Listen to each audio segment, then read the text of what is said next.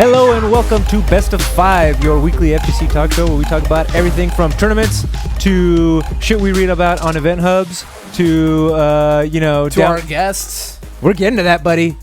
But first I do want to point we are lucky enough to be back in the Daily Dot studios, but this is not a Daily Dot production. This is brought to you by the independent efforts of myself, Donka, our good friend from the Daily Dot who's in the control room over there, Josh Rubin, and of course, Steve, Ace King Offsuit, who joins us, as well as John Velociraptor Guerrero, who is taking time off of a slam-packed day of leaks and news from event hubs.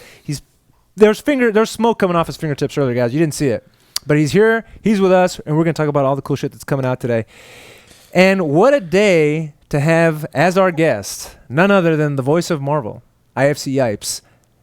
We didn't plan it out this way. We had him booked last week. Some news came out, and we're going to be talking about Curly Circuit. But then the trailer dropped today, and I feel like the stars are aligned. How do you guys feel about that? When it rains, it pours, and it is pouring today. There's a whole bunch of stuff. Yeah, we threw out the rundown. We're like, let's just talk about this stuff, because there's all kinds of cool new stuff to talk about. Everything from inputs to stuff that was revealed in trailers. We got all kinds of stuff to get to. It's a weird day, My history is that of a dirty Marvel player. And so, I'm feeling the dirt come back on the hands today. I feel like I'm going to get back in those trenches soon. Maybe even like in an hour and a half? Maybe in like an hour and a half. Now, don't get excited, chat. We are not going to have a set between Yipes and Donka. Just because you said that Marvel is ass on the internet. I don't think anyone would want to have an online Marvel set.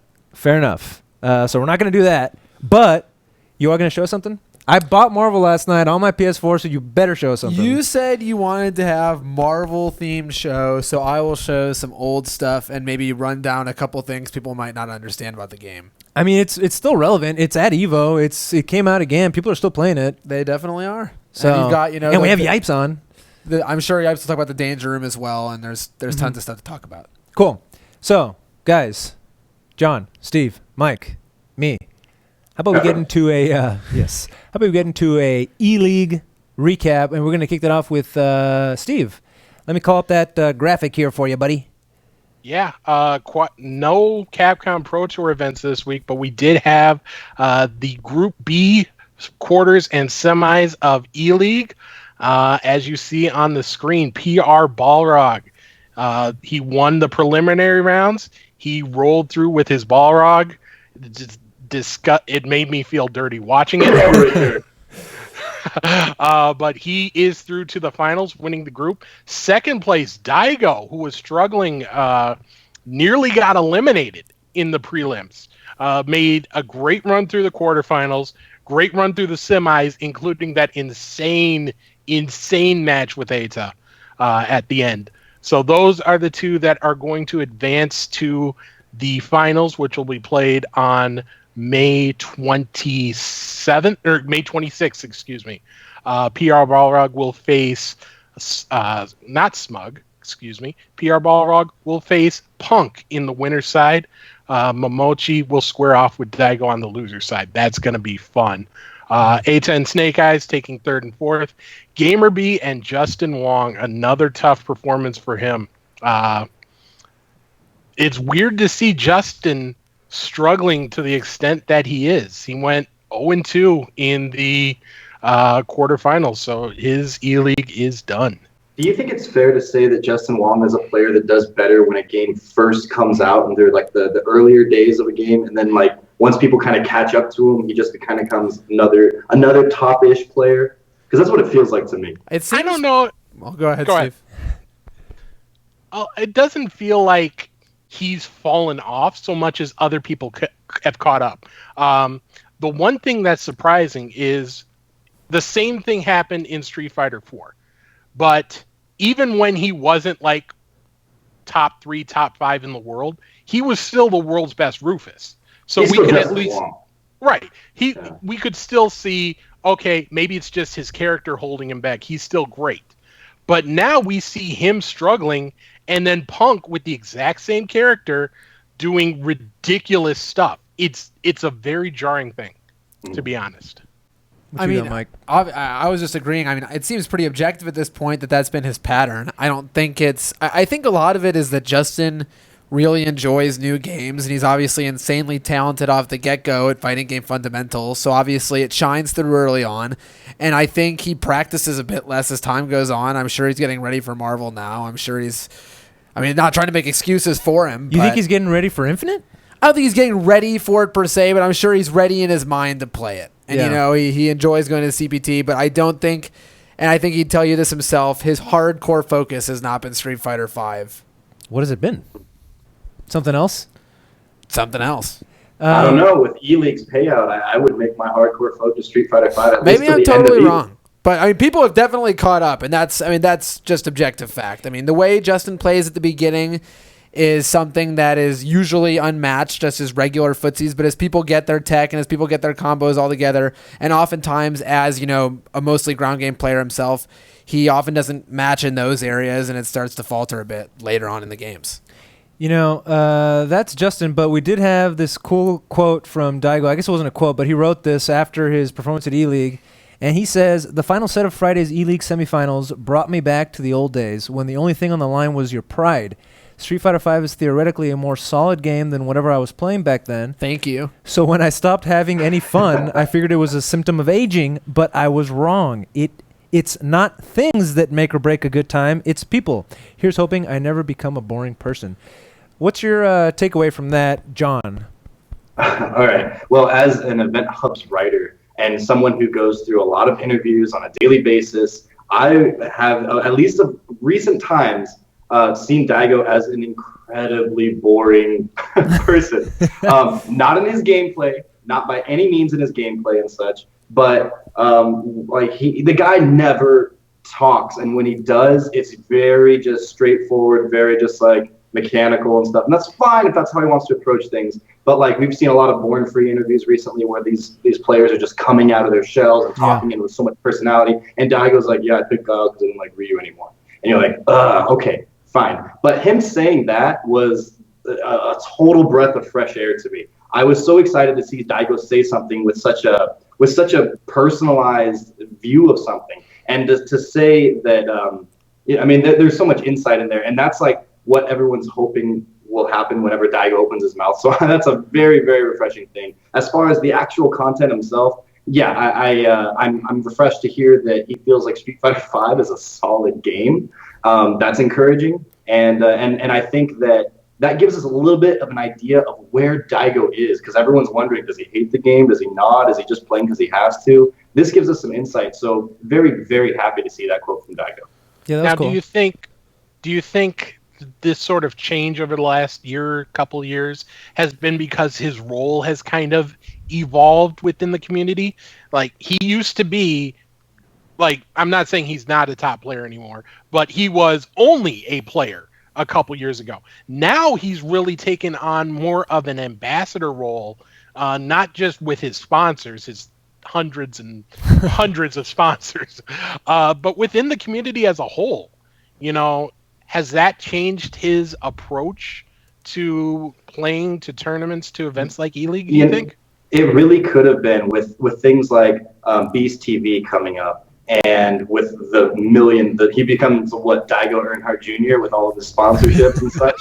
I can see that. I don't know. I've never had a conversation with him or talked to him about this subject, obviously. But it wouldn't be very hard for me to think about it and say, it very well could be that he's got so much else on his plate. And before it was, hey, I'm going to play these games. I have Mad Cats as a sponsor. It's my passion. I'm having fun. Versus now, it's so much more of a responsibility that, yes, absolutely, that could be weighing on him. He could have to be juggling a million different things while getting used to this new game, which is new not only in it being the latest Street Fighter, but the approach is so different. And as we talked about a little bit last week, it behooves, I think, newer players to jump onto this game as opposed to those with that older style. So yes, a million different angles coming at Daigo all at once, but I think that there's a lot of validity in what you're proposing there. I'm not sure that everybody here watched E-League, but if you did, who remembers this hilarious moment here? I'm fast forwarding to it. When Eita started playing back to the crowd here. I am Ada's biggest fan for sure. Here it comes. I mean, Ada finally popped off the way he needed to with his play style. And that was the Ada DP in human form, screaming USA back at us and telling us to back off. And then, of course, he lost because he was fighting versus Balrog. So there was no way he was going to end up winning that match. But he did his very best, and I think everyone loved seeing it. And Ada is, we think of the Japanese players as so collected and solemn, and they get up there and they do something amazing, and then they just like, yes, I did that amazing thing. I'm going to go back to my seat and sit down, whatever. But Ada is such an emotional player. I actually got to see him at Capcom Cup last year when it was at the esports arena. He lost his first match and was in the bathroom, and it was near tears because he was afraid he had to play Tokido his second match, and he was crying, and apparently what was translated and eventually told to me was that he was freaking out. I'm going to lose my sponsorship. I'm not doing what I'm supposed to do. But Dang. He had so much personality in that moment. And it's something that we're not used to seeing from Japanese players. So again, that's awesome to see, and I hope we see more and more from Ada, because he really is a crowd pleaser, both with his gameplay and with his general character and personality. Man, I never really stopped to think about the pressure of losing a sponsor. It's hard enough to get one, but then keeping one. Well, it was pretty funny because it went along with, he was on Beast TV with Daigo, and they were like interviewing for sponsorships. So it was Ada and Daigo. God. That was such a goofy episode. That was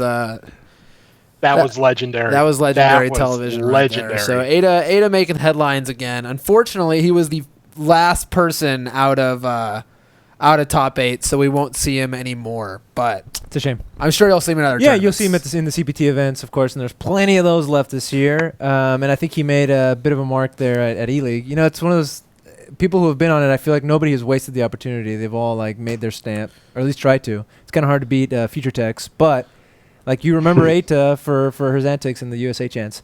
Guys, speaking of making headlines, all kinds of shit came out today, from leaks to intentional reveals of trailers. We're talking about Street Fighter V, so let's keep it there. And of course, the leak today was a character that a lot of people thought was coming. When I saw it, I almost thought it was fake, but no, it ain't.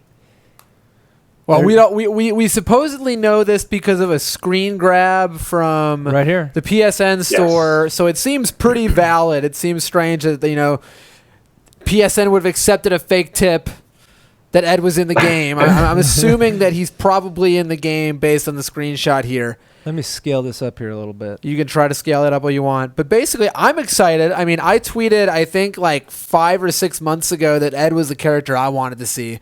Kind of reminds me of, if KOF players know, of Orochi Chris. He's just a cool dude. He's got Bison Psycho Power. He's maybe trained by Balrog, so it's kind of hard. He's Balrog's buddy in he's the Balrog's story. friend. I don't know if I don't know what the relation is there, but some relation to Bison from the Psycho Power or something like that. He's the kind of new character that I think makes sense because there's grounded in the story somewhat. And Colleen was the same way, to be fair. Right. I think people are still looking forward to at some point seeing, the Sagats and the Oros and the stuff like that. Well, we already know we're not getting that this season. At least the new characters we've seen so far are some relation to something you've seen before. Okay, what do you think he's... I have to disagree with you really quick and say that I think I speak for 99% of the fighting game community when I say that we were all hoping for Byron Taylor, and this Ed reveal is just super sad news. Everybody thought it was going to be that dude, isn't it? You think they're Taylor's going to be the last one? They were they don't want Taylor. We'll just push him back. Oh, what are we doing? No, I don't think that's It's literally just one. It's 2 frames of Ed from the story mode as a playable character. No. I'm excited about it. I wonder how he's going to play. I bet you he's going to shoot some purple stuff from his hands. He definitely, he's got it right there. But I do want to bring up something, and this is completely spitballing here, but if you haven't already, the Street Fighter V patch update is available to download. You can't obviously go on servers yet because those are down, but the patch update is over 8 gigs. And as far as we understood, this was a little bit of an update to CFN, and then it was a couple of costumes and the new Thailand stage. And traditionally speaking, we've had some decently large patches, but I don't think anything has ever been close to 8 gigs. So what do you think it is? I'm not saying this now, for sure, but John, what if it's this though? What if it's because I hate to invoke Street Fighter Cross Tekken, but it was all on there, and you're basically paying to unlock it. Are they giving it to us, and then we have to pay to unlock Ed? But they need to give you the character so that when you fight against them, you have that. I don't know how that works. If he's on there right now, someone's gonna find it, and someone's gonna be playing Ed tonight. but we'll see. So it's just a far possibility, but it's something that's rolling around in my head, and I feel like I should share it with the world. So there's that. Take it as you will.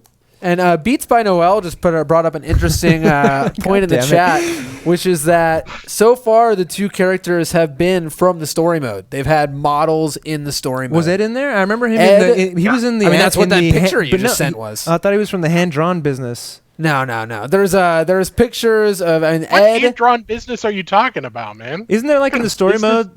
I feel like he comes out in the story mode in like one of those hand-drawn stills. He's there. I mean, there's a picture also in the CFN. But he's also in Balrog. Well, I don't know. He's in the Shadow Falls, and Balrog even goes like, "Let's go, Ed," or something like that. And everyone lost their mind because that's also the name of Eduardo, the PR Balrog player. But yeah, he's in the story mode. But yeah, so I mean that leads the light. Or is like, are the next characters? Will Taylor be one? Will one of DiCaprio is in there? Any of the dolls I'll take. All the dolls are in there. But also Abel was in there. Was Abel in there? I hope it's not Abel. No repeat customers though. So right. Good point. All right. Well, that was pretty cool. Transitioning on to Marvel news, because there was the trailer revealed. Finally, people are losing their minds. Why don't we take a look at that while we talk about it? Here goes. You got Sigma and Ultron. I actually haven't watched this with the audio because I saw it at work and I muted it, and I'm watching it muted now. So somebody tell me what the hell's going on is what I'm getting at. I don't know much about comics. It kind of looked like Buzz Lightyear to me. I was a little confused.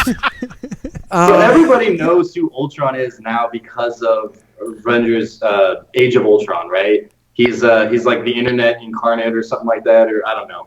And then you got Sigma, who's been in the background for forever, but Mega Man fans, hardcore Mega Man fans, will remember him as being one of the most epic, awesome characters and bosses and villains. And I guess what we're seeing now is a melding together of Sigma and Ultron. And what is going on right now? It's probably going to be fun. My favorite part of this trailer is that, like whoever Sigma Ultron or whatever gets shot by Hawkeye right here, and he stops it. And you could tell he's super strong, but Chris just tries to shoot him in the back anyway. I was like, damn, Chris, for real? Like, well, what else are you going to do if you're Chris Redfield? I mean, he has all the conviction in the world. I'll give him that. He's got the Magnum. He's hunting elephants or whatever it was. Yeah, like that. He just shoots him in the back. It does nothing. But I'm excited. Obviously, I mean, the reveals so far weren't anything groundbreaking. I think 7 of them were returning characters from Marvel vs. Capcom 3, with the new one being Ultron or Sigma or whatever. But and Jeremy Renner Hawkeye.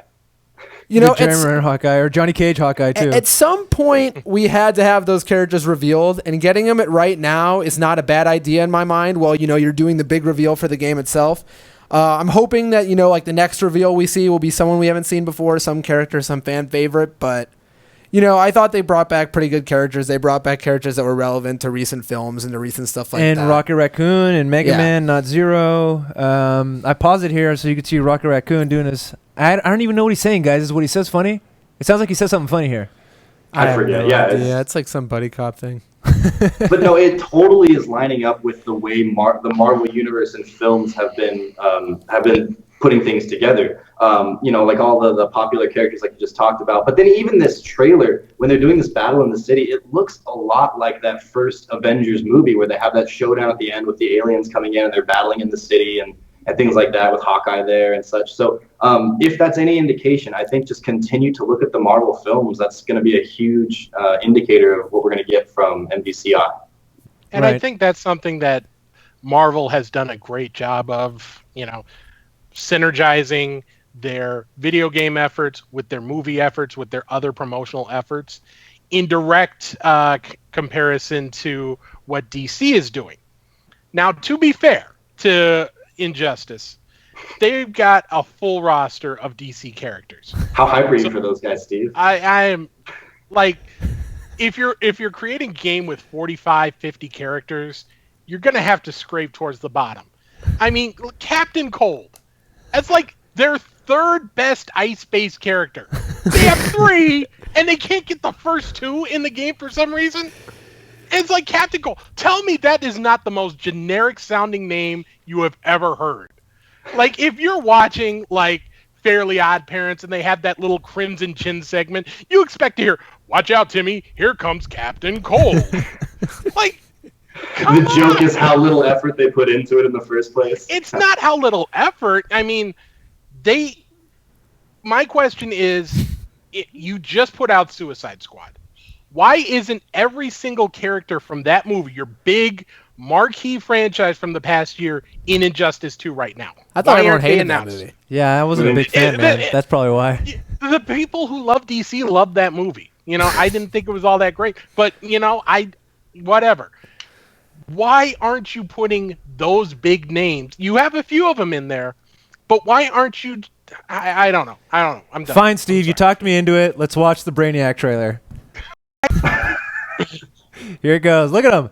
Look pretty neat, doesn't he? Brainiac, he looks cool as hell. You know, the zoning tools he has, the freaking. No, turn it off. Okay, we're done. We're done with this. What was that? Oh, you want me to rewind? Did you want to see that bit I again? don't understand. Rewind to the air dash. Tell me that this is how a superhero would fly. Keep going. Here we go. This is the beginning of it. Injustice air dashes are the most puzzling thing to me in games. Like, I guess that was like an air. It was like a Doc grapple Ock type of thing. Can we skip the Yipes part of this and just put this on repeat for the rest of the Yo, I'm telling you guys, you're being cynical. This looks hype as shit. It's going to be fun. It's going to be a totally legit game for at least 20 minutes. Like, we'll see what happens. But, yeah, no, it does look good. I'm sorry. I'm trying to make jokes. Yeah. Injustice 2 looks good. It's going to be great. I'm excited for it. I'm going to play it. It's going to be good. Yes.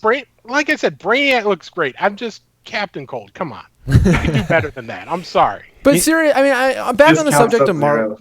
Back on the subject of Marvel, I think it's pretty exciting that we're finally getting news. You know, for months and months we'd been hearing, like, where is Marvel? You know, we got the look at Capcom Cup, and as far as I understand, we got one article after that, you know, the same month, and that's basically been it for 4 or 5 months, not hearing about the game. And then to hear in, you know, late April, almost May, we're getting the game, we're getting it so soon in September, it's pretty exciting. I think a lot of people are a little wary, you know, I mean, whether you like Street Fighter V as a fighting game or not, I mean, a lot of people have their opinions on how the launch went, and I'm hoping that, you know, with this so soon, the same things won't happen, but I mean, we won't know until we know. So and the other thing we saw about Marvel today was, of course, these costumes. Cool. That's Evil Ryu for you. Then we got some Mega Man. Ooh. Is that officially a Mega Man X? I think that's X, yeah, right? Yeah, I think so too. Then this DLC costume, I think you were getting the vapors just looking at it, weren't you, was. I'm a fan. Mike? That's Thor in his, I guess, you know, I'm about to fight Gladiator. Gorilla Grodd Hulk. And then, yeah, I mean, if you saw the trailer for Guardians of the Galaxy, it's pretty much his outfit from there. Also from Planet Hulk, where he's like the king of the gladiators or some shit. I don't know. Somebody Now that the knows more about models in comic this books. picture, in these pictures, look very, very good. And I feel like some of the models and you know, what we saw in the trailer were a little inconsistent with this. So it's going to be interesting to see where things fall at the end. I think the game's going to look great. I mean, even, I know it's an old game, but I think even Marvel 3 looks great. Well, Marvel 3 is interesting because, you know, whether you like the game or not, Marvel 3's production values are insanely good.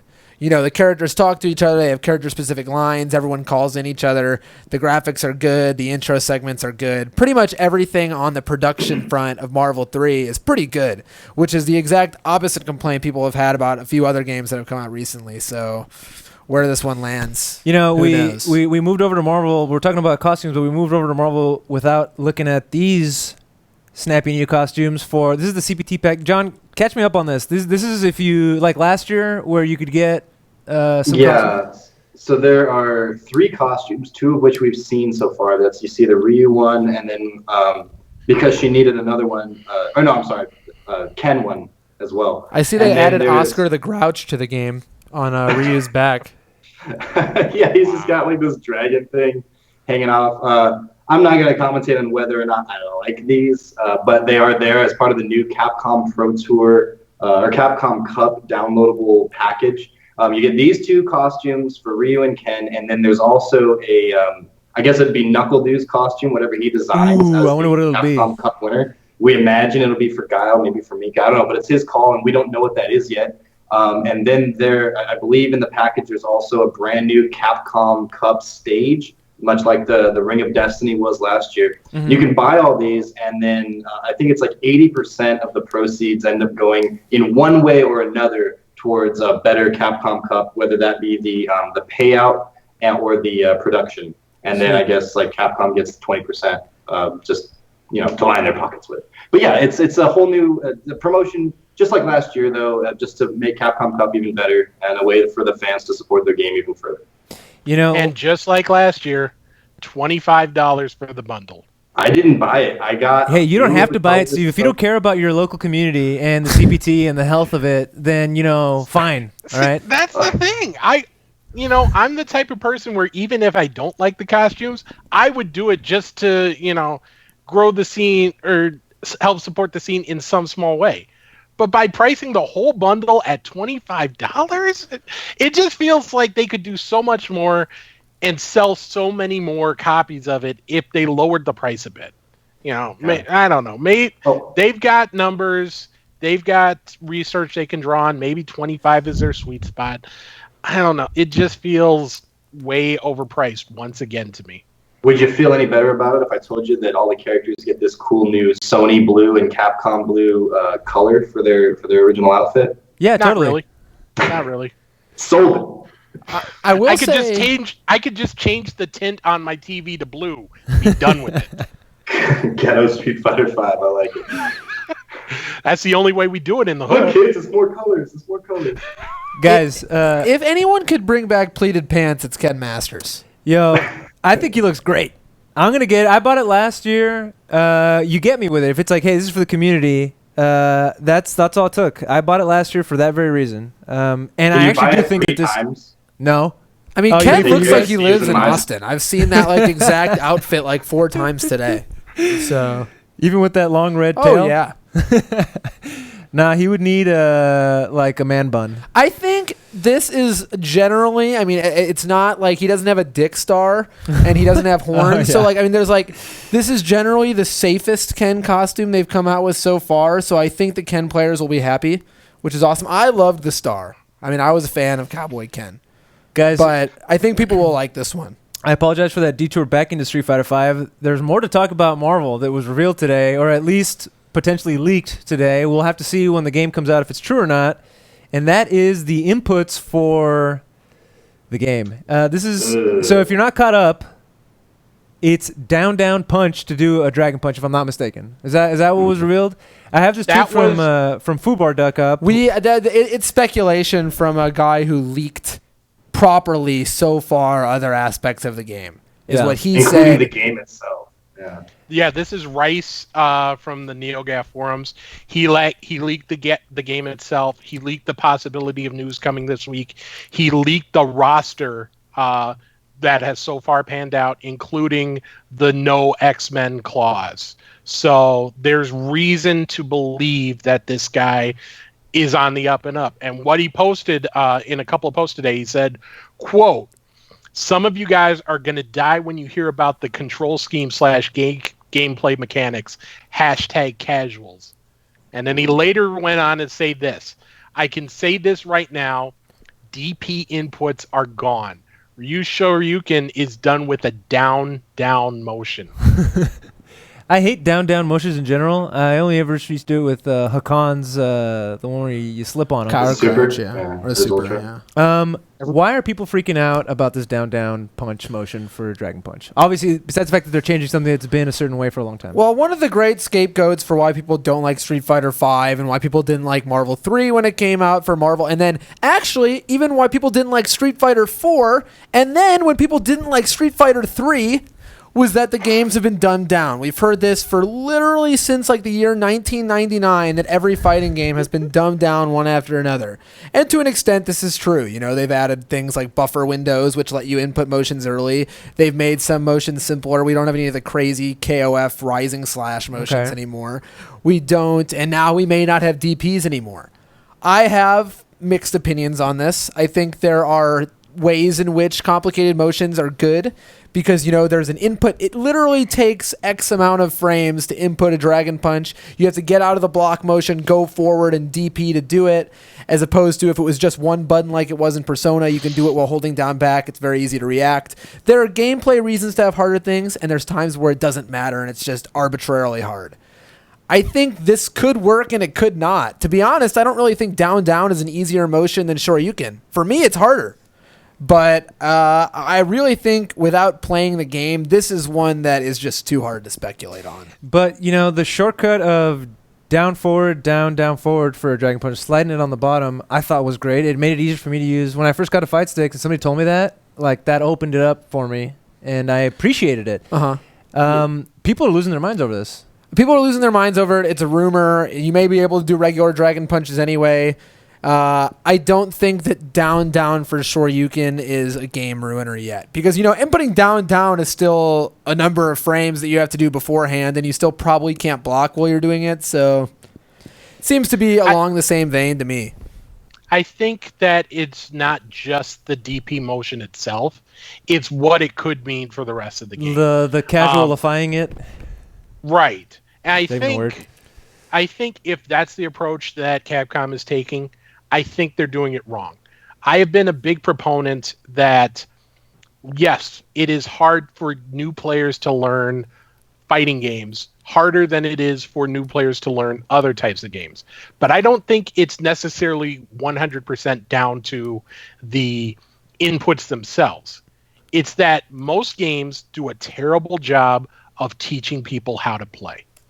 I think if I ran into a whole bunch of money and I created my own fighting game, I think the biggest thing I could do is put a ton of resources into a tutorial mode. This is why I always recommend Skullgirls to new players. Even though that game throws a hell of a lot at you, that game does such a good job of telling people what they want to do in certain situations, why they would want to do it in certain situations. I think people would be willing to learn complex things as long as the game itself is willing to teach those players. And that's an area where Street Fighter V, I feel, is lacking. A lot of other games are lacking in that area. I'm setting up the Kickstarter right now, Steve game, whatever you want to call it. We use the template Steve game for now, but let's get you started on your own game, Steve. Yeah, just give me money. There's no way that won't backfire at all. I did want to bring back to this tweet that we had up earlier from Ryan Harvey, Foobar Duck, friend of the show, lives here in Austin. We like him. He says, today in the FGC Twitter, we analyzed a special move motion for an unreleased game while knowing nothing about other inputs or movement options. And then he quoted his own tweet and said, Rising Thunder had one-button DPs and it was one of the best modern fighting games released. That's a bold statement. It was a good game, but I'm not sure if it was one of the best. It's all about context synergy with the whole package. Riot thought it prudent enough to potentially make a fighting game with this one-button mechanic. Somebody thinks that's a good idea. People the FGC loves to shit their pants, man, and that's what they're doing right now. Is we're shitting our pants over a single statement from a guy that's very credible. I'll give him that, but we don't know how the game works. We don't know how practical DPs are in this game. And furthermore, if you just go back to Street Fighter 4, it had you could press down forward twice and then punch and get a DP. And again, the buffer windows and everything were much bigger in that game. It was much simplified compared to Third Strike. And yes, there were people that were like, it's not as hard as Third Strike, so it's a little girl game. But you know what? Those died off quickly, and when's the last time you heard someone complain about the ease of inputs in Street Fighter 4? That was something at the very beginning because, hey, it's something to shit our pants about. Don't need to shit our pants anymore, guys. So, yes, it's a thing. We'll deal with it when we get there, but let's not freak out now. John, if I want to shit my pants, I'm gonna, okay?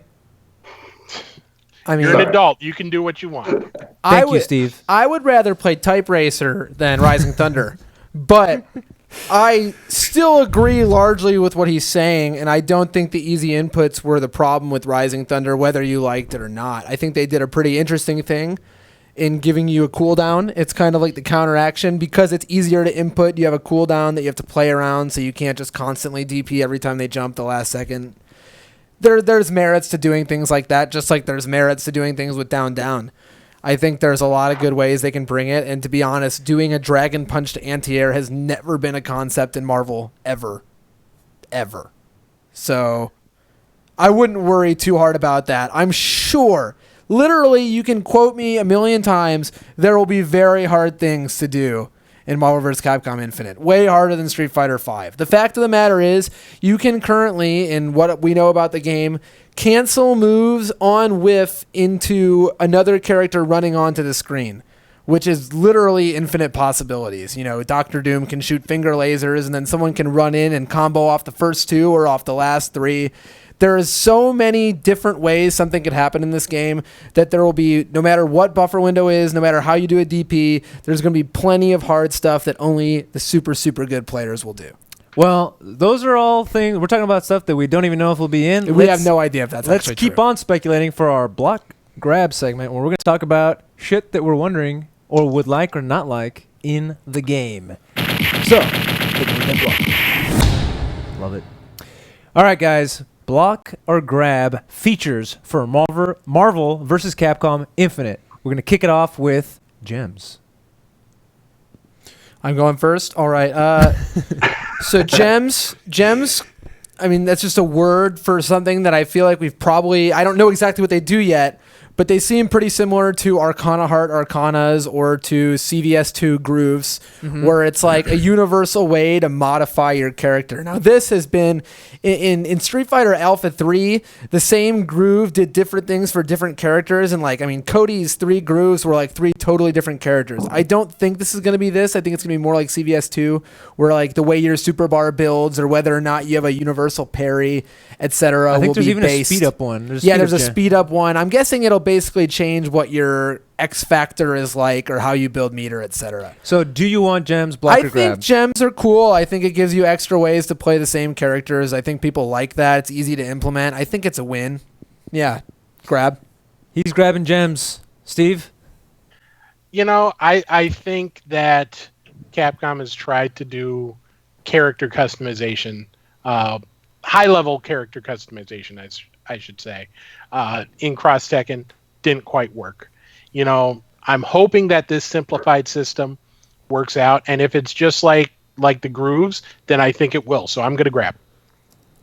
So I'm being correct that these are power stones based off of what you would find perhaps on an Infinity Gauntlet and not gems like you found in Street Fighter Cross Tekken. John, power stones, block or grab. Okay, so power stones. If you were to say gems and that sets off in Cross Tekken in my mind, that's too much to me. It's a little too intimidating, and I don't want to have to think about all the different possibilities. So I would say no. But if it's just power stones and the way they've been presented so far, you choose one of 7 to highlight or empower a certain aspect of your character. I'm super down with that because it's one of 7, and then also you can it leads to being able to play the same character in a different way from the guy next to you, and I'm all for that. So I will grab for power stones.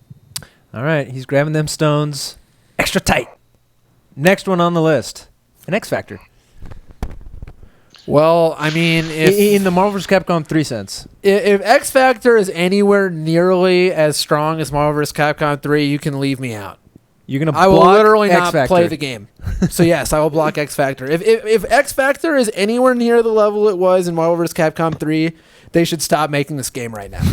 I mean, see, that's not my opinion. That's a fact. Like if it is anywhere near as powerful as it is right now, they should just cancel it.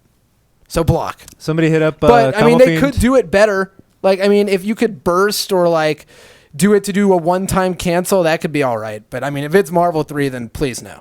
God no. Yeah. Steve? Yeah, if it's closer to V-Trigger, because guess what? It's a modern fighting game. There will be some sort of comeback mechanic in there. There's almost no way around that. I would rather see something like a V-Trigger where it's, it can have an impact, but it's not necessarily as game-changing as level 3 X Factor in Marvel 3. So if it's that way, I'm going to block. John, what you got, buddy? To me, it seems, and I don't play Marvel a lot, and I don't play Smash a lot, but it seems that people hate but deal with X Factor in Marvel 3. hate but deal with the rage mechanic in Smash 4. And I know that I have had a lot of grief over the power of at least certain V triggers at the end of a round, making it so that a character can bring it all the way back, even though they've just been getting their ass handed to them all around. So, and then I think that pretty much encompasses the nature of X Factor as we're talking about it here. So I don't like those things. I don't think a lot of the community does. So I'm going to have to block. You know, we have recorded live in the chat saying no X-Men, no X Factor. So there may not even be X Factor in this game, and it doesn't sound like there would be on top of Gems. I think they could call it something else if they wanted to, but who knows? For this next one, I'm going to need you to educate the chat in case somebody doesn't know what a TAC is. TAC is a team aerial combo. I think that's what it stands for. We saw this first in Tatsunoko vs. Capcom, where you could exchange to your other character and they could continue doing a combo in the air. It was a way to switch characters. In Tatsunoko vs. Capcom, it cost meter to do this. Okay. You had to spend meter to put into your other opponent. No one really talked about the mechanic much. It was kind of just built into the game. People did it, but it wasn't considered a big deal. In Marvel vs. Capcom 3, you actually gain meter or even steal meter, depending on which direction you do this. And not only that, the opponent has the ability to block it. You guess up, horizontal, or down. And if the opponent guesses the same one, they get knocked out. The combo is over. If they don't, they go into whatever combo. Okay. This was compounded by the fact that later it was found via a glitch that I may show off later that you can actually do infinites off of these team aerial combos that would otherwise not be possible. And I think, as I've stated, in this sense, if TACs are a thing where you're guessing three directions and building bar based on guessing right in what is purely rock, paper, scissors, then I would block. I have no interest in that. But if it costs meter and it's another cool way to get another character in, then yeah, I would grab that. So I would way prefer the Tatsunoko vs. Capcom 1, despite not liking that game nearly as much as Marvel 3. Well, there you go. So he's going to grab the TAC. Steve, you grabbing or blocking TACs? I would grab it. I don't want anything to limit the combo creativity that you see in Marvel. So I would love to see it. I would rather have something somewhere in the middle, where it doesn't necessarily cost meter to do it, but you don't have a 75% chance of guessing wrong if you do guess in a combo, or if you're on the receiving end of it. So, but I would grabbing the TAC. John. I actually appreciate it for the defensive option, because if this Marvel coming up is anything like the Marvels of the past, and it's very much offense based, I like the idea that I might get out of this 8 billion hit combo if I have a chance to do that, and it's guessing and it's not in my favor. But it would, I think, add at least a little bit of defense to the game that is otherwise widely offense, and this is all speculation. As long as it's not broken or overpowered in one direction or the other, then I'm cool with it. I'd like to grab it. Guys, there are a couple more block grabs, but I think we're running out of time. Should we hit one more? We can do one more. Simplified controls. We'll do our last block grab. This is blocker grab, simplified controls. Like, is this simplified controls like we have a simple mode like we had in Marvel 3, or is this simplified controls like DPs are down, down, and fireballs are one down, and then, all across the board?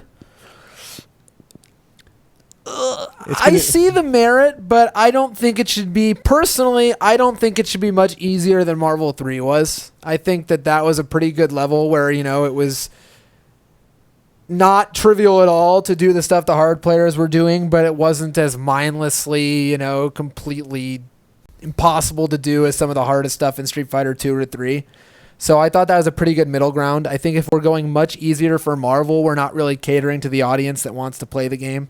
I think people who don't play the game are already impressed enough by Iron Man Super doing 100 hits, and that's just a quarter circle forward. And most people can do that, at least with the tutorial. So I thought it was a pretty good level. I wouldn't make it much easier personally. So I will block. We're seeing a lot of blocks in the chat. Go ahead, Steve. What you got? I'm blocking. It's like I said, it's not the inputs itself. It's the game's inability or unwillingness to teach new players about those inputs and why you would do it. That's where I feel we can make the most strides in making the game more welcoming to newcomers. I'm going to block. John. I think that there's a huge fork in the road here, and this is something we've talked about before. Do you want to appeal to the casuals? Do you want to appeal to the pros? I think that there's a huge possibility with MVCI, with the way Marvel has been going and the way they're starting to set things up, that you might get a 7-year-old that loves Iron Man, that loves Rocket Raccoon or whatever, and buys this whole game, or gets their mom or dad to buy this whole game for them so that they can play as that character. And if you do this dumbed down version with these easy inputs, you're going to cater to those people. But you already have a crowd, a huge crowd in the competitive field. And it seems like we're doing them a bit of a disservice here. You're turning them off before you even get started with the game. And I think that if it were up to me, I would probably appeal to them first. So based on that, I would go down that fork, or that direction of the fork, and I would say block to easy inputs. There you go. We're going to have to wait till September to see how this all goes down. Ooh. How long were you thinking of that? Sure. Like about 30 seconds ago, it came to me when you were talking. I like that as much as I like their DLC plan. Which is a lot. They've already announced a DLC season pass. They've only announced 12 characters and like, oh yeah, we're going to have a DLC patch. Like, why would you announce that you're going to make characters that you can't buy right away when you don't have the full list of characters that you can buy right away? Don't worry about it. They're going to make games $70 or $80 soon standard, and people are going to be pissed. Games have been $60 for a while now. They probably need more money to make them viable, but I do agree this is a weird way to go about it. It's a very weird way. I can't wait to see some gameplay footage. I'm sure that'll be coming our way soon. Gentlemen, that brings us to the end of our panel segment. We have IFC Yipes coming up next. Guys, thank you so much for joining us. We'll see you next week. Thank you very much. Gentlemen, hasta luego. I saw John give an extra big smile because I was busting his balls earlier that my mother was concerned. She watches the show and she said, John looks a little bit upset. And now look at that winning smile he gave us. He was smiling so hard. He was so happy about your down joke. It was a good one, wasn't it? You know what my other joke was the other day? It wasn't on the show, but you know that game Arms? Yeah, what about it? I think it's going to have legs. Come on, dog. Please, give me something. Yipes, please come on the show Give faster. me something, guys. Man, I'm not even a dad yet. I'm excited to have Yipes on the show. You know, this is actually our first time having Yipes on the show. We've tried to have him on before. We've gotten around to a lot of the big names in the FGC, but this is our first Yipes extravaganza. Yeah. And as we stated earlier, on the best possible day, and I think he's here. We hear him. Yes. We hear him, but we don't see him yet. Oh, excuse me. Yes. Hello. Hey, there he is. What's going on, y'all? Yes. Line me up. Make me look pretty. Yo, speaking of looking pretty, that's a pretty badass backdrop you got there, man. Yes, What can you tell me about that? I'm in the Cherry Blossoms Den. This is sponsored by Persia. Yeah, I'm comfortable. I'm real relaxed, so don't worry about it. You might have seen this on Marvel Live, so it ain't nothing new, but it's cool to me. Yipes, first of all, thank you so much for joining us, man. Sorry to keep you waiting. No, it's cool. It's cool, man. I'm chilling, man. I ain't got nothing else better to do. April has pretty much been dead for me in terms of traveling, but May is looking up, so I'm definitely going to be on the freaking flyer mile side of things. But yeah, I'm glad to be here. Right on, man. I see you, man. I'm a fan, baby. You know, we were saying, we've been trying to have you on for a real long time. For whatever reason, it's never really worked out. And we booked you last week, and not knowing that the Marvel trailer was going to launch today and that we were going to have a little bit more to talk about. First of all, let's start off right there, man. How many times have you watched this trailer, and how are you feeling about it? All right, so I got a nice little story for y'all. Gather around the campfire. So I basically went to take a dump, right? I got a ritual. It's called the Triple S. It's the shit, shower, and shine. So while I was taking my dump, I went on Twitter, and I just seen pictures of Ultron looking mad funky. I'm like, yo, what's this? And when I actually clicked it, it took me straight to the trailer. And I was like, what the, you know what I mean? I started bugging out. You know what I mean? I put the volume loud, I turned the shower off, and I just beeped, and I just sat there, man. I ran it back about like 6-7 times, man. It looks good, man. It looks good. Great first impression for me. What stood out to you most, though? Is there any character or anything you saw in there you're like, ooh, yes, they got me? I mean, it was pretty, in terms of, obviously I didn't expect those guys off the rip to be on the trailer. I mean, of course you expect them to be in the game, right? Avengers and some of the Capcom classics. But, you know, it was pretty straightforward in terms of what do we expect in terms of representation. But It was it was good. It was good. You know, seeing Strider, I like the new Hawkeye look. The fact that the best thing about the whole thing, obviously, is the fact that Sigma's in there. I mean, we kind of had the idea that Ultron was going to be in there due to the trailer, the teaser. We pretty much, let's be serious here. It's all the Warriors and everybody watching. Even you guys right now, you guys already seen that was coming, right? Ultron, Sure. Sigma, y'all seen that, right? Mhm. Especially Donkey, I already know. But the fact that both of those characters like that, those antagonists, get to mix together and pretty much form that beef to the Marvel Universe and the Capcom side of things is just a beautiful thing, man. So- You got the Sigma virus and Ultron mixed together. It's a beautiful thing. So we obviously love all that, and I think the characters they revealed so far are pretty awesome. But in Marvel vs. Capcom 2, you played Magneto, Storm, and Psylocke, who, if I'm not Correct. mistaken, are all X-Men. Right? And we've heard the rumor that the X-Men may not make it into the game. How do you feel about that? Do you think it'd be okay if that didn't happen? Do you think they'll make it in anyway? What's your opinions on that?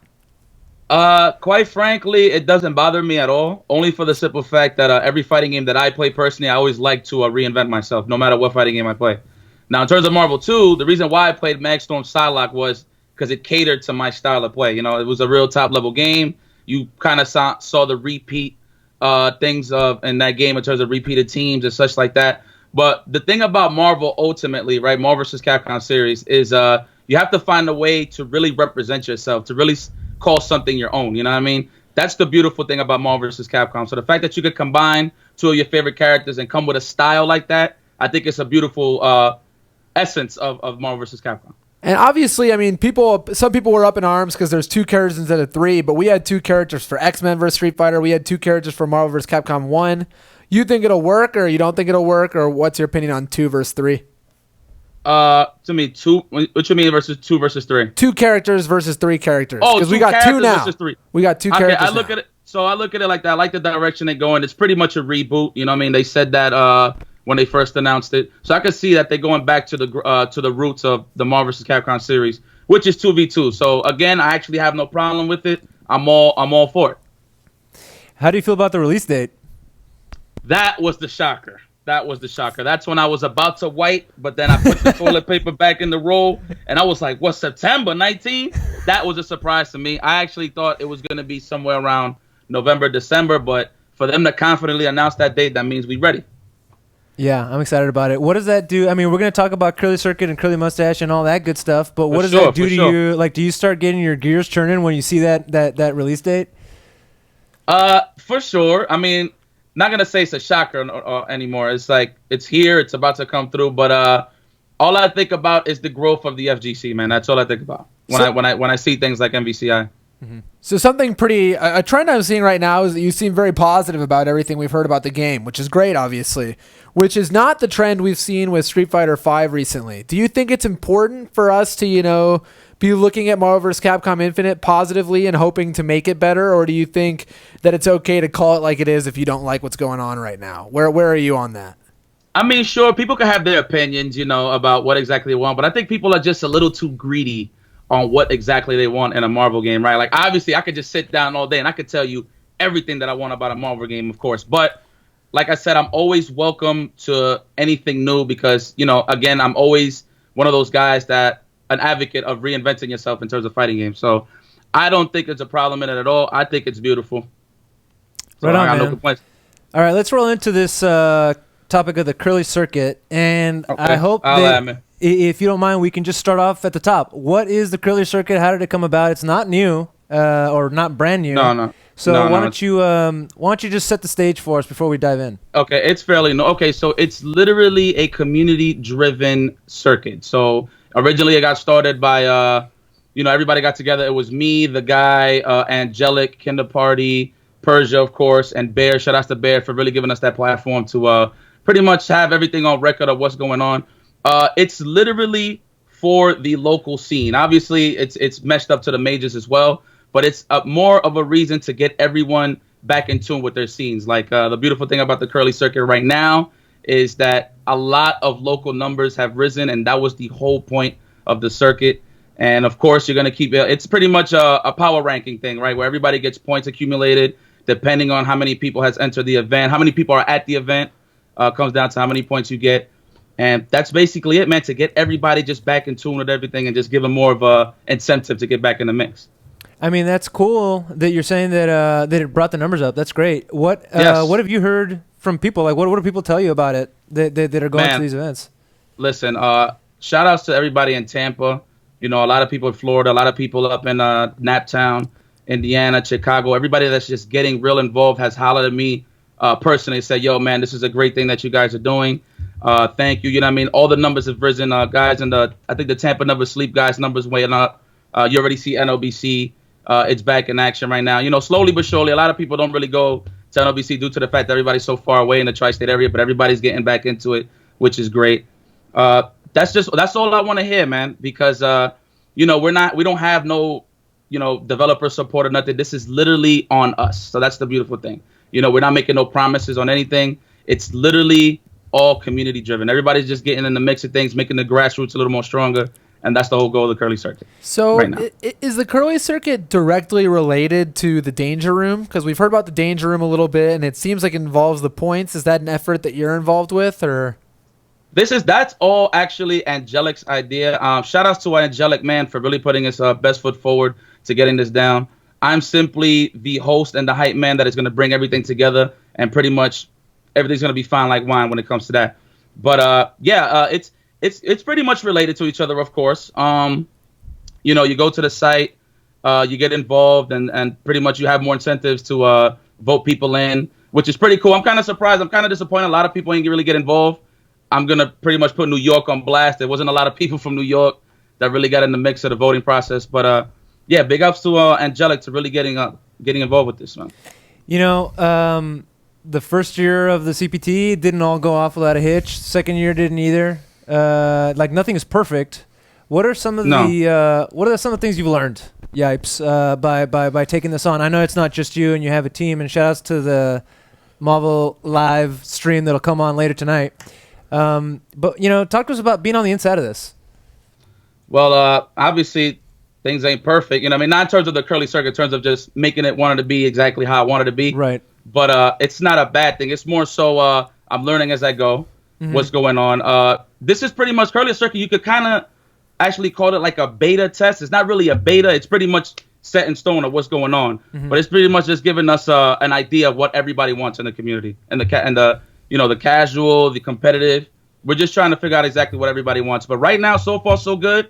I've had no complaints. Everybody's enjoying what's going on right now. I haven't had no bad feedback from the community itself. So right on. Everything is good. Does it surprise you sometimes the history or the road that Marvel has been on, where it seems like it was at one point the most popular game, at least it felt like that. And then it's dropped and come back up and drop and come back up. It's at Evo again. You got the Curly Circuit going. We're not talking about Infinite yet. I'm talking about still 3. Okay. Yeah, I hear you. Has that surprised you at all? How do you feel about that ride? I mean, no, because, you know, I've been in the game for like 14 years, so I've seen games come and go. You know, it's just more on a commercial end where people can actually see what's going on when it comes to streams and stuff like that. It's been going on like that for a minute, man. Every game got their shine, their roller coaster ride. You know, Street Fighter 4 was a hit, you know what I mean? But obviously Marvel 3 came up, Street Fighter 4 came down, and it was just a nice little roller coaster going on back and forth. But at the end of the day, it is what it is, you know? You just can't always expect the game to stay fresh. Right. If anybody has any questions about the Curly Circuit or Curly Mustache stuff, just look it up online. There's plenty of information you can find there, or hit up Yipes. Presumably he can hit you up or respond to any questions. But I want to move on from the topic. I think you've covered it. Okay. I have here in my notes, Yipes, the man. I want to know about the man here. The man, the human being? The human being. Okay. Why don't you take us back a little bit? I remember asking you where the name Yipes came from, and you said it's from that red furry character from Looney Tunes. So that's where that came from. But how did you get into fighting games back in the day? All right, so basically, I always played fighting games. I mean, come on, this is the cliche story. You know, well, not for everybody, but, you know, the bodegas, go to the arcades and the bodegas and the candy shops. And, of course, you know, we was poor folk for sure, and we didn't have that money to buy consoles and stuff. So the arcade was definitely that safe haven for us and just a place to really just get it off our chest. But basically, back to fast forward, I was FPS head heavy. And One day my computer just fried. I used to play UT99. I don't know for people that played Unreal Tournament before. I played Unreal Tournament 99. My computer crashed. I was like, damn, I need another game to play. Then I went down to my local arcade here in my neighborhood, and then I just got into it, man, in terms of playing Marvel 2, Street Fighter Alpha 2, Marvel 1 was all in there. But what exactly was I going to say then? I kind of lost track of thought. But yeah, I was the neighborhood bully, basically. I was the neighborhood bully. And then one day, another bully came in, which was Dominion. So Dominion was the only guy to beat me in my arcade at the time, which is crazy, right? You know, me thinking I'm a god, I'm the neighborhood bully, because then I wasn't really looking outside of the box. I just thought it was my local neighborhood. And which game was this? And that's it. This was in Marvel 2. Marvel Okay. 2. He beat me or whatever. And I was like, damn, this is the first time I really played competition. Because, you know, I learned combos, obviously, from watching videos back in the day from, like, SRK. We didn't have YouTube and stuff like that back in the day. So, sure, you can, IRC, stuff like that. Got videos from there. And then, you know, I got a guy like Dominion, who was actually one of my closest friends as well. That's how we got to click so easy. But then he was like, yo, man, you're pretty talented. You're pretty good. Why don't you come down to Chinatown Fair? And that's when everything just unfolded for me there. That's when I seen the whole different world of the FGC. And then, I mean, now you're known as obviously, you know, probably the main Marvel commentator. But before that, you were a local arcade commentator, you know, making comments while people were playing. Obviously, some of those got recorded. We have the legendary videos of, you know, Curly Mustache. How did you make that gap bridge? I mean, did someone just ask you to commentate a tournament once? Were you like, I can do this? Well, it's funny in terms of the video, in terms of the Curly Mustache video. I didn't know there was a video up on that till like years later. Like nobody told me on the spot. It was like, yo, man, this is really funny. It just caught heat on YouTube at the time, and this was like early days of YouTube. It just caught a lot of fire, and then people just kept hollering me about it, like in the scene, and like SRK, man, you're a funny dude. This is in the third, and but in terms of bridging the gap, in terms of commentating, the first time I ever commentated was at a spot called Gamepad. And around the time, I don't know if you guys followed it back in the day, but there was a guy named Seb. He used to run frameadvantage.com. I don't know if you guys remember that. But he used to run around with a mic and stuff in the store. This one, Street Fighter 5 Vanilla was out. And he was the main streamer. And he just had a microphone. Usually he'd be the one casting. But just one day, you know, I got out the tournament early. I got like 5th or something like that. Then I just decided to sit down and just talk on the mic, man. And it was just cool. You know, nothing really scripted or anything. It was just straight raw, and I was just having fun. So that's definitely how it got started. And then people just kept telling me, man, this is pretty cool. You should keep doing it. And you know, I just kept doing it. Do you think you're good at commentary? Do you think that, you know, among other of your peers, that you're like made for this? How do you feel about it? I definitely bring a flavor to the scene that is definitely needed, you know. So I really feel great about my commentary. Obviously, I have a lot of room to grow in terms of how I want to commentate later down the road. But I'm never going to change. It's still going to be the core Yipes that everybody supports and loves. So I think that's good to hear, because I mean, a lot of, you know, pro sports commentary at this point, there's jokes, but there aren't many, you know, like funny men or pro players really at that point either. So I think, you know, your style is pretty unique, and it's obviously beloved by the community. So it's good to hear that you'll keep doing it the same way. Thank you, Donkey. My question is, and I've asked this to other people who are commentators, do you prefer commentary or competing? Ooh, okay. So I'm gonna keep it a buck with you guys. It's literally yin and the yang. It's like right down the middle. Only because commentating brings another aspect of me that I always liked, which was, of course, rapping. I used to do a lot of music back in the day. So I don't know if you guys hear me saying punchlines or whatever. Sometimes here and there I'll spit some lines or whatever. But I like that aspect of being a host, being a commentator, and, you know, just being like just that guy that everybody just chills with on the couch and just having fun watching games. That's basically, and it's funny, a lot of people tell me that same line. It's like, yo, I feel like I'm chilling on the couch with the homies just watching video games. So, you know, when I hear stuff like that, it really keeps me natural, pretty much, what I'm doing. You know, I saw you at the South by Southwest Fighters Underground. That is my desktop. And what struck me was, you know, if they have you up there as a host, right, the duties are you need to bring the player up. You need to talk them off. You need to do this. You need to do that. You need to do these specific functions that keep the show going, right? Mm-hmm. But watching you, it felt like you were making it your own. You were doing your own thing. I remember in particular, were you busting Was it You smug? certainly busted my balls enough times, but that's I definitely did. It's only because I love you, bro. You already know. but the idea that you make it your own, where do you get the guts to do that, man? Like, who says you could do that? Or that's just you? You can do it your way. Well, to be honest, that's what they hired me for, man, is to bring that IFC Yipes flavor in the mix. There you go. So, I'm not going to disappoint, especially when they put in some change in my pocket. But nonetheless, the guys gave me shout outs to the guys that held it down at South by Southwest. But they pretty much gave me that opportunity to be myself, Sometimes a lot of people have this perception that, you go in the back, everything is freaking scripted. No, man. I mean, obviously, you tone it down a little bit for production's sake, right? But everything is just what you've been seeing, man. Just natural feel. You got the Ultra Chen guy, the Ultra Chen duo doing their thing, doing what they always been doing. One of my fun. Let me see. How would I say? One of my highlights of that tournament. There you go. Was commentating with F Word and Logan Sama. Mm-hmm. So that was pretty cool. Just be myself, man. I don't want to be fabricating anything that I do, man. I'm not silicone, And how impressed were you when I did not go 0-7? It was crazy because we was talking in the back. It's like, who's gonna go 0-7 first, Ricky or Donkey? And then didn't you beat Ricky? Yeah, you beat Ricky just to shut my mouth. So that was pretty cool. I commend that, man. He brings that up every show. At least I didn't go 0-7. Nah, but I mean, the way Donkey was approaching that was he was just having fun. He was testing stuff out. So I appreciate that. He was real chill about it.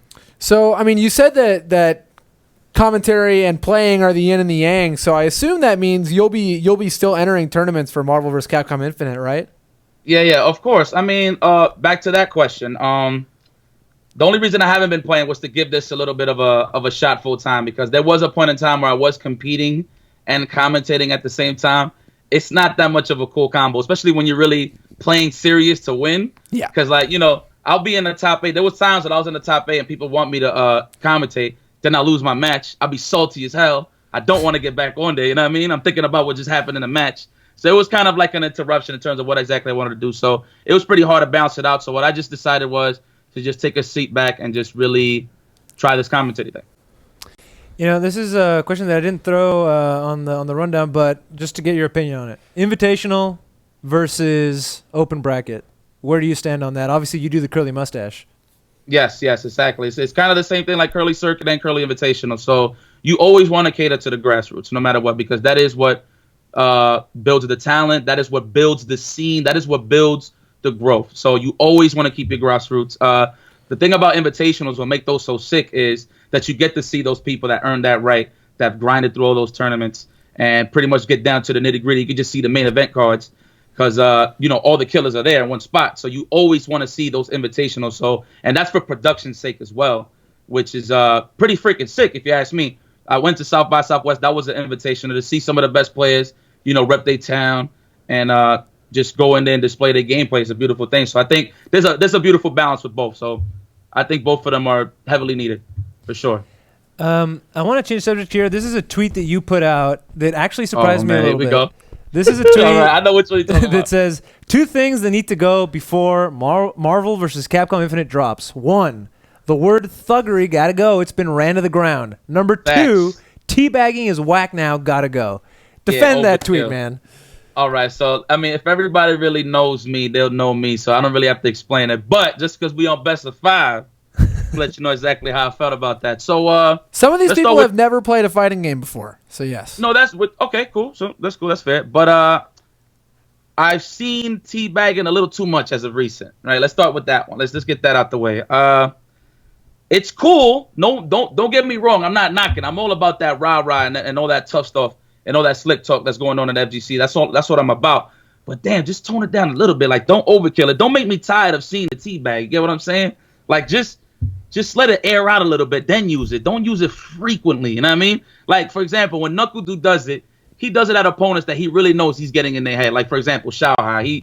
He's been drinking a lot of Liptons from Knuckle for a very long time, right? So that's understandable. You know what I mean? And then you got the alpha. I respect Punk, my man. You already know. But the fact that he is letting people know of his dominance with the teabag is all great, and I'm all for it. Just lighten it up a little, just tone it down just a bit. Now, I mean, is that fair? Can y'all agree with me on that? Or y'all just I wanna don't know, see it man. People on go a rapid crazy. pace? People get excited when they see the tea bags. I'm bored of it at this point. I'm on Yipes' side. I think Hey, that my man. I think that on the same vein, yeah. I mean, when Dew was doing it, like once a tournament to the dude that he wanted to beat, it was funny. But I mean, at this point, yeah. I mean, who doesn't teabag when they stun someone now? And for the record, teabagging in Street Fighter V is kind of boop. The only reason I'm saying it is because that's not really a teabag. Like for example, Marvel 2, when you kill the character, you can actually run up next to the character and do some things, right? I usually just run up and then teabag you, right? That's a real teabag, you know what I mean? But that full screen one is kind of corny. I like when dude does it when people are dizzy. That's pretty disrespectful, you know what I mean? But I'm all for it, man. Just don't do it all the time. Now, in terms of thuggery, I don't really condone that word too much. I mean, I get it. I get the definition of it when Capcom put their rules up. They just don't want to see nothing hood-like, I guess, if that's what you want to put it in terms. Okay, but nobody says it. What does hood-like really mean, in your opinion? I mean, get disrespectful. I mean, let's not call it hood. Let me not say hood. That's not really a proper definition. It's just more so people being disrespectful. Okay.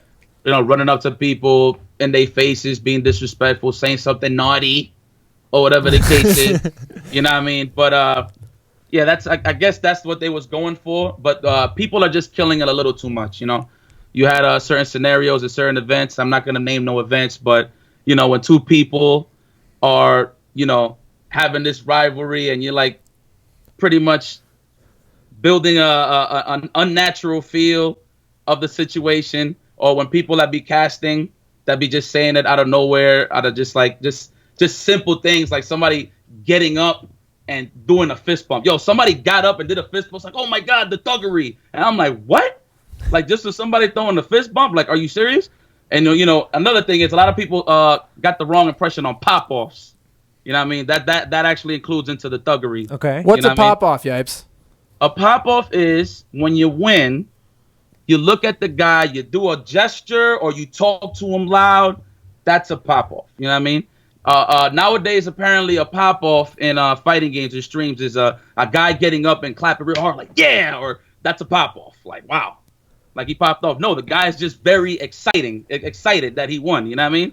But people use the definition a little too loosely, I would say. So on a scale from 1 to 10, if 1 is getting up excited and doing clapping your own hands, and where would you put on a scale from 1 to 10 K-Brad getting in Wolf Krone's face in that one famous clip? I'm forgetting what tournament it was at. But recently. That was a final round. Yep. I'll give that a 7 out of 10 only because he didn't say anything. He literally, what's crazy was I was commentating that match. I couldn't hear what they were saying because the crowd was going crazy. But I figured from my end, I thought he was like talking mad crazy. He was giving them the Ghost Rider penance stare. He was just looking at him. I thought he was talking to him, and I was like, damn, this is kind of hot. This is kind of ill. You know what I'm saying? It's tight. But and then I seen the footage from Smug. He wasn't saying anything, so I was like, oh, okay, it was just a grill. It was just grilling him, letting him know that he was the dominant one. That was it. But yeah, a 7 out of 10 only for the grill. If it was pop-off involved, like actually saying something, I would have gave it a 10. Have you ever seen a 10 out of 10 pop-off? Yes, in my Marvel 2 heyday, I've seen many of those. Is that the naughty that you're talking about? Not necessarily, but it was pretty epic, I would say at the least. So you could go on to ZachD.com and watch some of those vintage films yourself. Yeah, what a legendary website. We had Vaya on last week, and he said the teabags are boring too. You need to have better mind games in the game. He said that he used to do, for the second round, he would give the controller to his friend. He's like, I'll get you on the third round. That's how confident I am, right? Can you impart on us a better way to mindfuck your opponent or to troll your opponent than a teabag that, and we can add it to our running list of ways to get in your opponent's head? Let me see. Damn. That means you got to, in order to top, you got to just have different strats in terms of demoralizing your opponent. Let's see what you got. It doesn't matter. It can be in game, out of game. All right. So if it's not head to head, and I'm sitting next to somebody, one of my strategies would probably be fart right next to the guy. That'll be one of them. Another one would probably be like swiping my foot next to their ankle or something, like making like distract them. You know what I mean? I'll probably be sitting on the left side, so like if I do bump up with my leg, it's gonna like mess up his motions. Something scummy. You know what I mean? It'll be like mad, like subtle too. Like they won't even know. I'll be like, yo, my bad. While I'm doing a combo on them and I'm finishing the job. Just enough to distract them. Yeah. Let's see. Maybe another disrespectful one is answering the phone while you playing. Oh. Like let's say like you have your cell phone right in the middle, right, and you know the opponent can see it. He's doing a combo. You see the phone light up. You pick up the phone. You start talking. That's a good one. Damn, I'm talking like I've done these before right now. Yeah, that would be my top 3. All right. We got more than we bargained for on that one. There's some good ones there. Anybody who plays IRL at Rambats, at weeklies, at tournaments, courtesy of IFC Yipes, start using those. Go. Just keep the peace, and we're good. Have you ever rubbed your foot on somebody's ankle just to mess with them, Donka? I'm actually kind of an angry player. I don't really do that. I used to do, and Champ made it more famous, but when people because people will look at your hands when you do TACs and Marvel 3, and I used to just tell them what I was going to do. Every time. And I would legit do it the way I said I was going to do it. I don't know. There you go. That's a mind game. Your pop-off was pretty disrespectful. If I must say it, Donkey against Infrit, I was there front row. I was pretty cool. Was it this shit that you did at Evo? Nah, I mean, I just taunted. He was taunting during combos and shit like that. That was pretty cool. So, yo, he's going to show us some Marvel tech here in a sec. Okay. I told him, do you want to get a match in with Yipes? And he says that online Marvel ain't worth playing. Do you agree? That's not what's popping right now. Hell no, man. I mean, all right.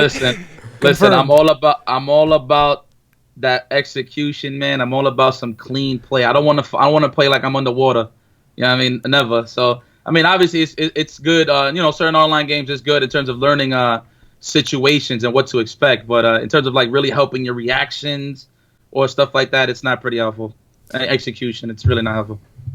So yeah, so we're almost out of time here, but I did want to ask you one last thing, and that is, you're talking about your long history in the FGC. You've been a player, some would even say a pillar in the community, certainly for Marvel, for some time now.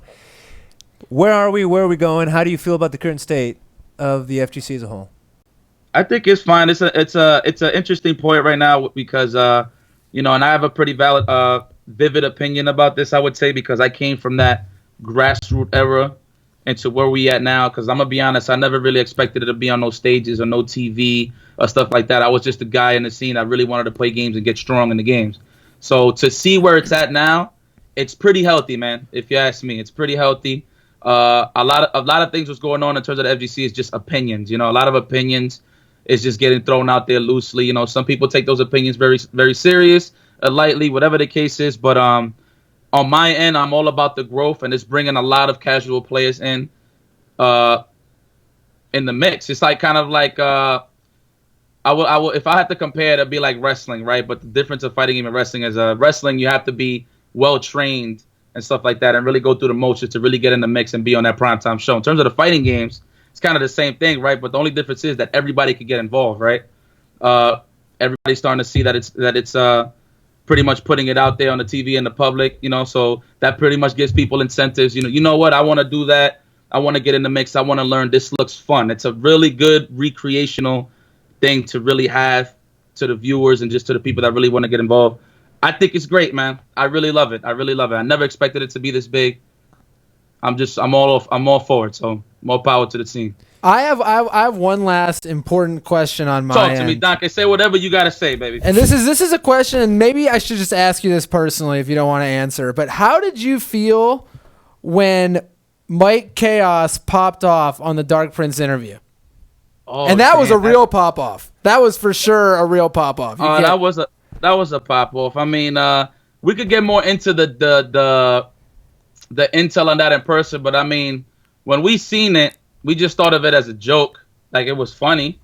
You know what I mean? I ain't really feel no threat to it really, but it was pretty cool because at that point in time, the competition was getting real serious for the East versus West, but at that time it was a lot of West Coast versus West Coast because of a video like that. You know what I mean? Where it stemmed from, but what made it more sweet for me was that was the year that I won Evo. So like the pop off came out, and then I won Evo right after that. So it was a humbling experience for them. But I mean, I'm all for the hype, so it was cool for me. Yikes, we do have one last question. I can't let you go without it. What's up? Kush God 420 All wants right. to know, ask him about the inputs. We heard there's a rumor that it'll be down for Dragon Punches. Presumably other inputs will be simplified. Maybe, maybe not. Maybe the down isn't even real. Go. How do you feel about it? Okay. Well, if it's let's put it like this. If it's for real, I'm all up for it. Obviously I come from that. You know, I love my Shoryuken motions, how it is Shoryuken. I like that. You know what I mean? But if it's for change and it could be just more accessible to the casual scene, then I'm all up for it. Like, I mean, if that's actually what it is. But the most people are tending to forget the most important thing about Marvel is how you can represent yourself, man. Like, obviously, if like my favorite characters are in the game, no matter how easy the game is, no matter how hard the game is, I'm going to play it because it's giving me an opportunity to really express myself how I want to express it. You know what I mean? Doing cool stuff, setups, and the whole shindig. You know what I mean? So that's, to me, that's the most important part of MVCI. But in terms of those inputs and stuff like that, I have no problem with it as long as I can represent myself. As I can be myself. Then that's all that matters. Yeah, is there anything else before we leave you that you want to leave us with? I just want to give a shout out to everybody that has been supporting the Curly Circuit. You know, a lot of people hit me on the side talking about what exactly is it, you know. I want to put this out there. A lot of people expect it to be like a Capcom Pro Tour. That's not what it is at all. This is literally to get everybody involved, you know, because a lot of people have that assumption that we're getting supported by people. Like, oh my God, Yipes is on it, so that means Capcom, that means Pringles, that means United, or whatever the case is on it, right? But that's not the case at all. We're doing this from the love of our hearts, and this is all us, baby. It's just the community. It's all us. So appreciate everybody on that end supporting the circuit. Big shout outs to everybody that just follows me and really give me that power, that energy for me to keep going and doing what I'm doing, and that's gaming as a whole. You know, just representing myself and my people. So I really appreciate all the warriors or the monsters. That's my closing statement. We appreciate it, Yipes, and we appreciate you coming on the show, man, and giving us so much of your time.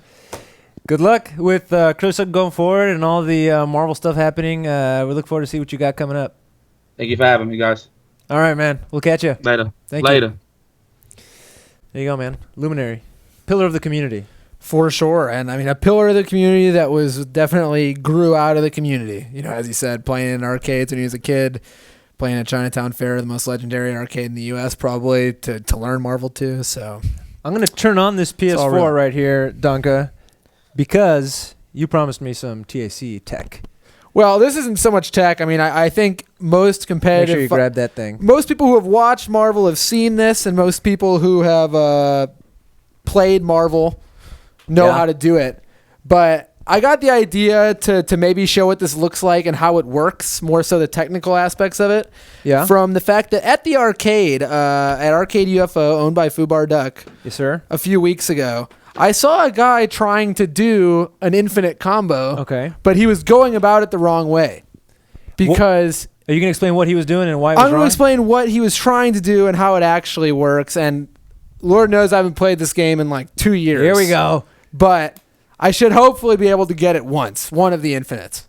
At least one time, just show it off a little bit. I was messing around with it. But it really may take me a few tries. It's been a long time. That's all right. We got a little bit we got some minutes. You're doing the Hulk trials, Efren? I was doing Hulk trials. Well, I bought it last night because you said you were going to do it. And then today I was just testing it out a little bit. So basically, Marvel vs. Capcom 3 implemented something to get rid of infinite combos, which was that they made it so the hit stun on moves goes down over time. And what this will do is, you know, when you first do a jab, it'll combo into a strong. When you do an air medium, you can juggle, you can air dash, etc. But over time, you can do less and less and less. And eventually, they're just going to fall out of your combo no matter what. Even if you do a heavy move, you can't do another move after that. It's over. Okay. When you do a team aerial combo, and I'll just start the match so I can actually show this, the game gives you more hit stun so that you can continue it. This way you can do a cool combo at the end of your long combo, but once they hit the ground again, the hit stun goes away. And so I'll show a little bit of what this looks like really quick. Who's your team right here? I'm just doing the characters. Zero, Doom, and Iron Man was one of my main teams when I played the game. So these are the characters I know how to do it with. So basically, you know, obviously everyone knows... I need to change the buttons. check your buttons. I think it's type B. So in this game, you know, you can do these combos, but eventually if I did ABC with the Iron Man assist, I couldn't do like 3 more low shorts and then do it again. Like eventually they would just fall out. See, like the medium didn't even combo after the light anymore. Okay. There is a glitch in this game that when you do the air sequence of moves a certain way, you will no longer lose hit stun, and that's what I'm going to show. Okay. So basically, when you do this TAC, you get more hit stun until you hit the ground. But if you are to land during the active frames of a move while you're hitting them, and then jump on the first frame, It resets which it? can be buffered by just holding up. So you can just hold up. Okay. The hit stun never goes away, and you have this elevated amount of hit stun forever. And that's why you can do these infinite infinites. somebody. And you can only do them off team aerial combos. The mistake the guy in the arcade was trying to do is he was just trying to jump and do it regularly, which is a very like newbie way to look at it. But a lot of people who are maybe watching for the first time maybe not have known this. So I'll try to show how you do that. As I said, it may take me a few tries. Iron Man has an interesting one because he can knock them down and still do it.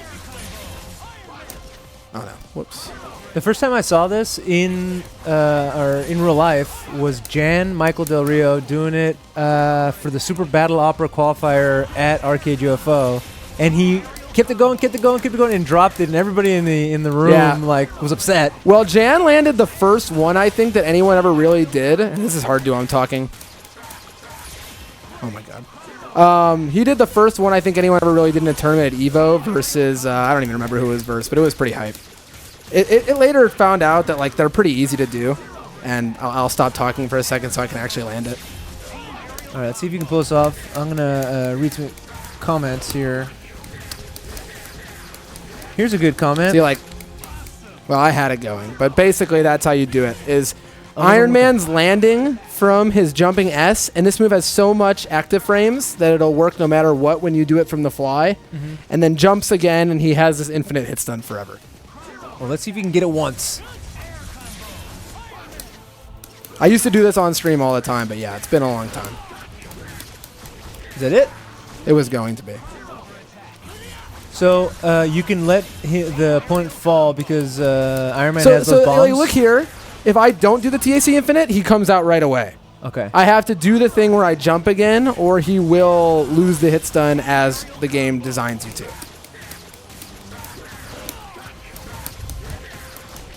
Yeah, I did it a little too late, a little too early there. Jeez, it's been a long time.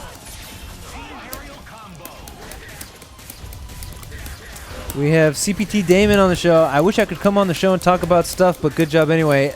Damon, you can come on anytime. You tell me you're on the show. Yeah, We'd so there love we to go. have you. So I'm holding up and landing this S at the end, and you get it every time. And you can do anything you want here. People have really cool ones. I mean, I can do this without looking at the screen. But some of these are really, really easy. They're not nearly as hard as they were in Marvel 2. It's just a glitch based on landing during the active frame of your air move after a TAC and then jumping immediately. So the characters with fly, it's easier to do it with because they can fly at the ground, and it makes it very easy to auto-time itself. Do you get nostalgic when you pick this game up and start playing Not it? even slightly. I love this game. In my background, Marvel 3 was the one game where, I placed top 8 at majors. I really played this game super seriously every day. And I loved it. But the game got really, really, eventually you've been hit by lightning loops so many times that, you've moved on. And it's not to say it's a bad game or anything. People still love it. It's not the game for me anymore, but I am super, super excited for Marvel Infinite. You're excited for Infinite. Are you excited for Ed? I'm very excited for Ed. Can I still do a lightning loop? Let's see. No. No, I totally... my hand was completely... I wasn't even in the right place. I have no idea how to do it Is there any Tony anymore. Stark tech you can show us other than a TAC? Sure, this is just a random... there's a few random Tony Stark glitches. One is that in Vanilla Marvel 3, Tony's Repulsor Blast was way worse. So to do Repulsor Blast and then the spread follow-up, shown here, you had to do Quarter Circle back again. Okay. But this is really hard because if you do Repulsor Blast versus someone, sometimes they'll go behind you, and then you had to do the spread backwards. Okay. It was really tricky. You had to do that. It didn't do hard knockdown. It was hard to combo off. It was a way weirder move. So in this game, they buffed in 7 ways. Right now, you can do Repulsor Blast and press H. You don't have to do a Quarter Circle, and it comes out. It does hard knockdown, so you can combo off it. And it auto-corrects. But the auto-correct is really, really weird. So if you do this and then do a Quarter Circle forward after, I did it wrong there. While he's behind you, Iron Man turns around in like this weird glitchy way, and I like to do like look at this like he's behind the screen backwards doing the super the wrong way. Show me again, So please. here's Iron Man doing proton cannon. You know, he's aiming towards the screen, doing it like that. But if you get them behind him and do it, and you probably never saw this in regular play, he like glitches out and does it backwards the wrong way. You can do that with his level 3 too. Like he even just goes the wrong way. Super goofy. That sounds like it would probably piss you off if it happened to you in the middle of a match. Another cool piece of tech was if you tried to do an unfly while someone was dashing under you, you would actually just get the S instead, which was a problem. But if you do quarter circle forward, oh my god. You know what? I don't even want to say the inputs because I may have them wrong because it's been so long. But basically you could unfly in both directions. Okay. But yeah, cool game to mess around with. Definitely the most fun game I've ever played in training mode. Mm-hmm. I can only hope Marvel vs. Capcom Infinite will be as fun to training mode as this game was. Let's hope it is. There's the teabag. Don't ever There's do some that anymore. full screen teabagging. No, That's man. a weird looking teabag. It's like he's picking up teabags. All right. Well, it's a shame we didn't get a set in, but I do appreciate learning something from Marvel, and I do like seeing this game. And I'm glad you fucking played something because I bought it for you last night so you could play it on the show today. That brings us to the end of the show. Donka, do you have any final rants? You typically do. Final rants. You were gonna rant about DLC. My rant was about DLC, which is like, I mean, games have costed $60 for a long time now. Yeah. And I mean, that's an expensive price for a lot of people, but at the same time, you know, things have gotten more expensive to produce. The graphics are way crazier. You need way more artists. You need way more sound designers. You need way more everything to make these games. And obviously, fighting games are like the 19th most popular esport. I mean, we're still down there in the trenches fighting for it. I'm not saying that Capcom deserves any amount of money or doesn't deserve any amount of money. Mm-hmm. I'm saying that you should expect DLC to be a thing at this point. It's a thing. The Legend of Zelda has DLC. Yeah. You can't think of a more iconic fighting game, not fighting game, a more iconic video game than Legend of Zelda, which has DLC. Mario will probably have DLC. You got to buy a second cap, something like that. It's Nintendo just held out. It's a fact in games at this point. And maybe that sucks. Maybe it doesn't. But they're giving you the option to play the game for $60. Yes, it costs $90 to play with all the characters. I don't see how you didn't see it coming. Fair enough. They got to make their money, right? But I'm a shill. A shiller. A shiller. Mike, Donka Schiller, thank you very much for that tech, and thank everybody who watched the Sorry, show. it was so hard to do. Jeez, it's been a Shout long time. outs to Steve, who writes for Esports. You can see his articles on there. You can follow him at Ace King Offsuit. He is always tweeting cool stuff about FGC and the streams and all that good stuff. Shout outs to John Velociraptor Guerrero, who had a busy day for Event Hubs, but he still came on the show and talked to us about it. You can follow him at Velociraptor with some leaked spelling on there with ones and zeros. Shout out to Donka for the tech, and of course IFC Yipes for coming on and being our guest. We finally got him on the show. And most importantly, thank you to the chat for joining us for this about hour and a half to almost 2 hours that we get to spend with you every week. We'll see you next week.